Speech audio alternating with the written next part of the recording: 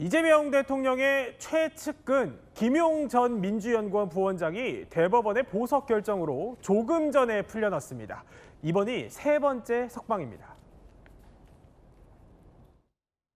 제가 22년도 10월 달에 체포돼가지고 서울구치소에 들어간 날이 벌써 3년 전이더라고요.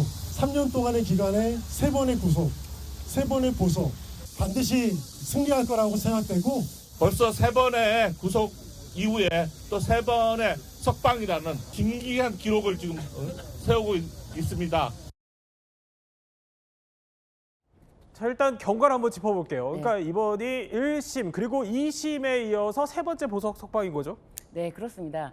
이 구속 재판이라는 거는 이제 형사소송법 92조에 규정이 되어 있는데 1항에는 구속 기간은 2개월로 한다 되어 있고 이제 2항에서는 신급별로 2차에 한해서 연장할 수가 있는데 상소심 같은 경우는 3차에 한해서 연장할 수가 있다라고 되어 있기 때문에 상소심에서는 총 8개월의 구속 기간이 인정될 수가 있는데 지금 2025년 올해 2월 6일에 항소심 판결이 났고 지금 오늘이 8월이 아닙니까? 그렇기 때문에 6개월이 지났는데 지금 구속 기간이 아직 좀 남아 있습니다. 그런데 이제 이게 구속 기간 내에 재판을 판결을 내릴 수가 없겠다라는 판단을 하면은 법원에서는 이제 주거지 제한 등을 해서 보석을 허가하는 것입니다. 자, 그런데 아까 잠깐 들었어요.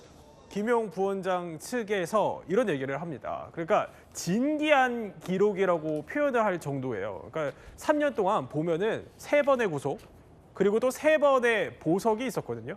이런 경우가 좀 흔합니까? 흔하다고 표현하기는 좀 어려울 것 같습니다. 하지만 뭐 법리적으로 불가능한 것은 아닙니다.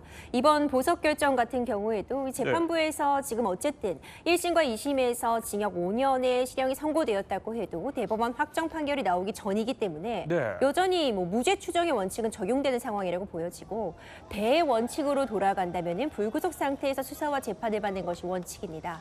다만 구속 사유가 있을 때는 당연히 구속이 되는 것이고 그에 따라서 지금 구속이 되었다가 보석이 되었다가 다시 구속이 되었다가 보석이 되었다가 이번에 대법원에서 지금 다시 한번 보석 인용이 되었는데 아마 이 사유를 좀 유추해 보자면요. 기본적으로 보증금 납입을 조건으로 했고 증거인멸의 우려가 없다라는 점도 고려가 되었겠지만 일단 구속기간 만료를 얼마 앞두고 있지 않았습니다.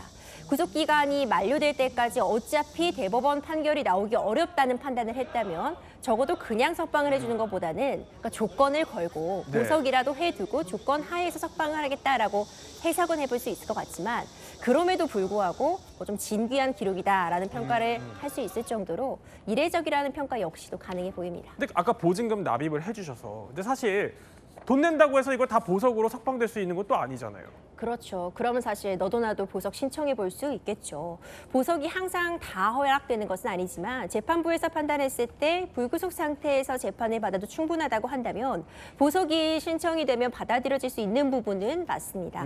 다만 이 보석이 다른 사람들에게도 이렇게 쉽게 허용되는 것이냐라는 비판에 대해서는 좀 답변이 더 필요한 것 아니냐는 지적도 나오고 있습니다.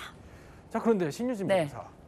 사실 그러니까 앞서 검찰이 이런 얘기를 했었어요. 그러니까 김용 전 부원장이 보석 허가해달라 이렇게 했을 때 이거 증거인멸 우려가 있다면서 반발을 했었거든요. 그러면 이런 우려를 불식시킬 만큼 김 전 부원장 측이 판사를 좀 잘 설득했다 이렇게 봐야 되는 거예요? 저는 근데 일단 이 점에 대해서는 1심부터 항소심 재판부가 유죄를 인정한 가장 중요한 증거가 유동규 전 본부장의 진술 증거거든요. 근데 유동규 전 본부장의 진술로 인해서 본인이 같이 제공을 했다, 뭐 돈을 제공을 했다라고 하는데 그 또 유동규 전 본부장은 여기서 검찰이 기소를 하지 않아서 무죄로 나왔거든요. 불고불리 원칙에 따라서. 그렇기 때문에 사실상 이 재판 자체가 흔들릴 수 있는 항소심에서도 그런 흔들릴 수 있는 부분이 있었기 때문에 뭐 이 판사를 설득했다고 보석이 나온 것이 아니라 과연 대법원에서 이게 유동규의 말로만 1심, 2심이 유죄가 나왔는데 이거를 끝까지 밀어붙일 수 있는가에 대한 고심이 깊기 때문에 이 점에 대해서 들여다보기 위해서 기간을 좀 더 길게 보고 판단을 해야겠다. 그런 생각 때문에 보석을 허가한 게 아닐까 그렇게 생각합니다. 기간의 문제였다라고 보시는 건데 자, 헌법상 대원칙인 무죄 추정의 원칙에 따라서 김용 전 부원장은 어쨌든 대법원 판결까지는 불구속 상태로 재판을 받을 수 있게 된 셈입니다. 김용 전 부원장은요, 오늘 보석 석방 후에 그런데 아직 억울함이 남아있다고 했습니다. 검찰이 창작 소설을 썼구나, 금방 나오겠구나 이렇게 확신하고 재판 과정에서 희망을 갖고 있었는데 지금 나온 것도 이게 무죄 판결로 확정이 아니라 고석으로 나왔습니다. 뭐 여러 가지 한없는 억울함도 여전히 남아있지만 이 억울함과 이 무고함도 조만간 반드시 밝혀질 거라고 생각됩니다. 그리고 법의 원칙에 따라 가지고 보시면은 당연히 저기 그 판결 무죄로 확정될 거라고 생각됩니다. 근데 어쨌든 보석은 그러니까 불구속 상태에서 재판을 받게 해주는 거지 이게 대법원 또 확정 판결은 아직 아닌 거잖아요. 이번 보석 결정이랑 판결이 서로 관계가 있어요?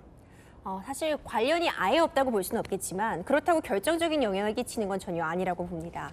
설명 주신 것처럼 보석은 불구속 상태에서 재판을 받아도 되겠다 정도 내지는 조건부로는 석방을 할 수 있겠다라는 판단만 한 것이지 네. 지금 죄가 있냐 없냐 무죄 가능성이 높기 때문에 지금 석방을 일단 해주겠다라는 취지와는 관련은 없어 보입니다.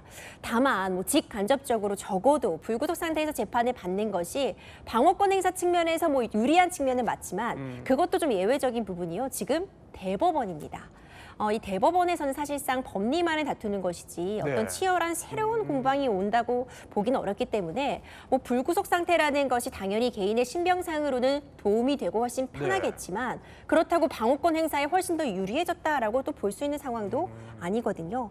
하지만 그럼에도 불구하고 적어도 이 보석 결정이 대법원 확정 판결 전에 났다는 부분은 김용 부원장 입장에선 당연히 환영할 만한 조치다라고 생각하고 있을 것 같습니다. 대법원에서는 법리 다툼이 주가 된다라는 건데 그러면 1심, 2심 이때 판결은 어땠는데요? 네, 1심, 2심 판결에서 제가 좀 전에 말씀드렸듯이 그 유동규 씨가 돈을 직접 건넸다라고 하고 그 남욱 변호사가 그렇게 김용 부원장이랑 전화하는 걸 스피커폰으로 들었다라고 했을 때 들었다 그렇다면 돈을 요구하는 걸 들었냐라고 질문했을 때 돈 얘기는 못 들었다. 돈 얘기는 기억이 없지만 유동규로부터 돈 얘기를 뭐 하는 거를 전해 들었다라고 하면서 판결문에도 그렇게 적시가 됐고 처음 기소될 당시에는 정치자금법 위반, 즉 경선 자금 명목으로 8억 4,700만 원을 받은 혐의로 구속이 기소가 됐거든요. 네. 추가로 뇌물도 있다라고 해서 유동규로부터 받은 뇌물도 있다라고 해서 이제 뇌물 뭐 1억 9천만 원 이 혐의도 있는데요. 이 중에서 이제 1심, 2심은 이 중 7천만 원만 뇌물에 대해서 유죄로 판단을 했고요.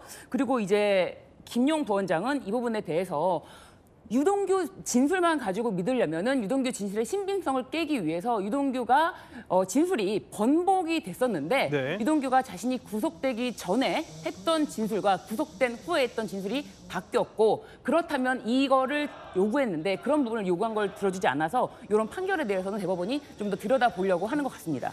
자, 어쨌든 1심, 2심 모두 다 유죄 판결을 받았고 근데 민주당 측에서는 이렇게 주장을 해요. 대법원이 무죄 취지로 파기환송 판결을 해서 이게 좀 정의가 살아있으면 보여달라 이렇게 주장을 하는데 그럼 자 지금까지 1심, 2심 판결을 보면은 이게 가능할지 그러니까 이거를 뒤집을 만한 추가적인 증거가 나와야 하지 않을까요? 어떻습니까? 그렇죠. 뭐 모든 사안을 일반화할 수는 없겠지만 1심과 2심에서 유죄가 나왔는데 대법원에 가서 무죄 취지로 파기환송되는 그 비율을 살피자면은 많다 내지는 쉽다고는 결코 평가할 수 없습니다.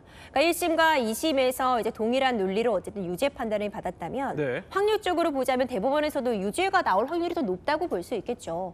다만 이 법리적인 쟁점에서 새로운 부분들이 제시가 되어서 기존의 논리를 완전히 뒤엎을 수 있다거나 1심과 2심의 판단의 근거가 됐던 증거 자료가 오염이 됐다든지 하는 사유가 있다면은 대법원에서 다른 판단을 가질 가능성은 열려 있지만 어디까지나 판단은 모든 자료들을 검토할 수 있는 대법원에 달려 있다. 이렇게 보여집니다.